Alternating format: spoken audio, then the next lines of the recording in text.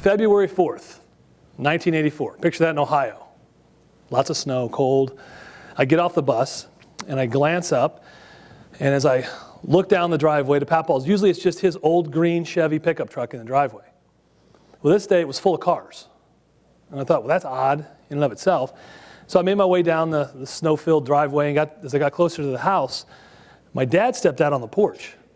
Now, my dad, 6'2", 250-pound, Vietnam vet, Marine, post-traumatic stress syndrome. Papaw and I, like this. Dad and I, like this. Not a good relationship. So I'm about 12 years old, and I get close to the porch. I'm like, hey, what's going on? And he's standing in there holding a pair of hip waders. If you guys know what hip waders are, he's, I need you to put these hip waders, go down over the hill. We had this rotten red wooden wagon that we cut firewood with, and we threw it into the wagon and we'd haul it home, and that's how we heated our house. Well, the day before, this thing was my nemesis. It busted a wheel again going through the creek, threw all the wood over into the creek, and I had to take the truck back down the hill and put the hip waders on in February and start loading this into the icy water, this wood. So you don't argue with my dad, right? It's not even or you get the right? So I take the hip waders and I gave him my books and headed down over the hill. So I'm over the hill and I'm in the creek, freezing, throwing this wood up in the back of this truck. And I heard a siren. And I thought, well, that's kind of odd. We literally lived out in the middle of nowhere. The closest neighbor was like a mile away. But it could have been old man Krause. He was pretty old, was what I was thinking. Didn't think much of it, and it got closer and it got closer. And so I thought, well, let's make my way up the hill. As I got my way up the hill, I could see the house again, started walking toward it. I recognized the ambulance was coming into the driveway. As I got closer to the house, my mom stepped out on the back stoop, walked out, and just, without saying a word, took me by the hand and said, let's go to the house. And we started down the path that led to our house. So what was, it's so vivid, it's still so stark in my mind, this cold, stark February day, gray. My papaw had stage 4 lung cancer. And nobody knew. Least of which, not me. And I've told this story 1,000 times, and I still can't tell it without getting choked up, because it had so much of an impact on my life, this moment. And so he slipped into a coma that day, and he died. I never got to see him again. And what was really, really powerful for me as a 12-year-old was reflecting back on that time that we had together and what he taught me. And what was really powerful and motivating for me was just a few weeks earlier. See, if you've known anyone who's had lung cancer, you get diagnosed at stage 4. You don't really get diagnosed earlier, typically, until it's too late. So he was fairly normal to me up till a few weeks before.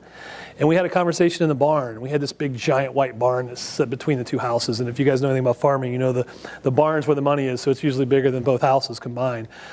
We had a conversation in the barn, and he said, Jeff, I want you to make me a promise. And this wasn't like him to do that.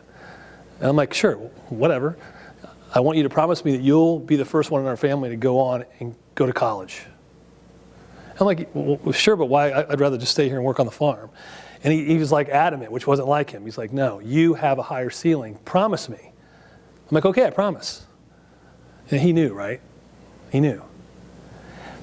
And so it was that legacy that drove me through high school, drove me to get good grades, drove me to be successful and try to be successful in whatever I did. I graduated, I went on to college to fulfill that legacy. And I was the first person in our family. I'm not saying that from an arrogant standpoint. It was just the grace of God and I think a guardian angel watching over me that I made it through college. And I went on and I got a job working in the biotech field as a sales rep. And I got to sell drugs that treated, guess what? Lung cancer. And I didn't know any better. I just knew that I was a good storyteller. And I knew that I communicated the only way I knew how, which is how my papaw taught me, was through stories and analogies and metaphors and making people pee on, no, I didn't make people pee on electric fences. But I would go in with these, the company would give me these randomized 20-page placebo-controlled phase 3 trials of why our drug worked better than the placebo or a competitive drug. So go in and share all this data and information with oncologists and they'll write our drug. I'm like, whatever. and I would roll it up. I'd read the thing, I'd know every piece of information in it, I'd go in and I would talk to the oncologist and I would say, hey, listen, we have a new drug for lung cancer, but I don't want to get into that specifically. Let me talk to you about Sally. Sally's 67 years old, and she just got diagnosed with stage 4 lung cancer. She has 17 grandchildren. And I would just start telling the stories of the patients and what it looked like to be Sally and her family, and most of all, her grandkids, and what it would be like if Sally could be there for her grandson. And I would get just choked up, and I would tell these stories with passion. And then I would say, okay, by the way, if you want to know the data, here it is. And I would just hand it to them so you can read it on your own. And my numbers just... And people were like, how is this knucklehead farm boy from Ohio doing so well in sales? All he does is tell stories. And I didn't know either. I just knew that that's how I communicated because that's how I was taught to communicate. And then something really cool happened. I kept getting promoted, by the way, which was maybe other people like, why? Hey, we don't get it. We don't get it. I got promoted to where I was helping lead the launch of a drug for brain cancer. And I had to help train and get the marketers and the salespeople and the training people all ready to go to launch this drug for brain cancer. So I started reading neuroscience articles.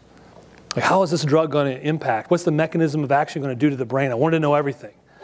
And the more I read the neuroscience, the more I was like, hey, I didn't know that how the brain worked. And I'd read, nobody taught me that the brain did that. And I just kept learning more and more about the brain. And then it finally hit me. This is everything my papaw did. He didn't know any of this stuff, but yet everything, the way he lived and communicated, now neuroscience has proven why he was such an amazing connector. Everyone loved my papaw. He was an amazing teacher to everyone around him. And now neuroscience is proving it out. I'm like, what if we could start teaching people this?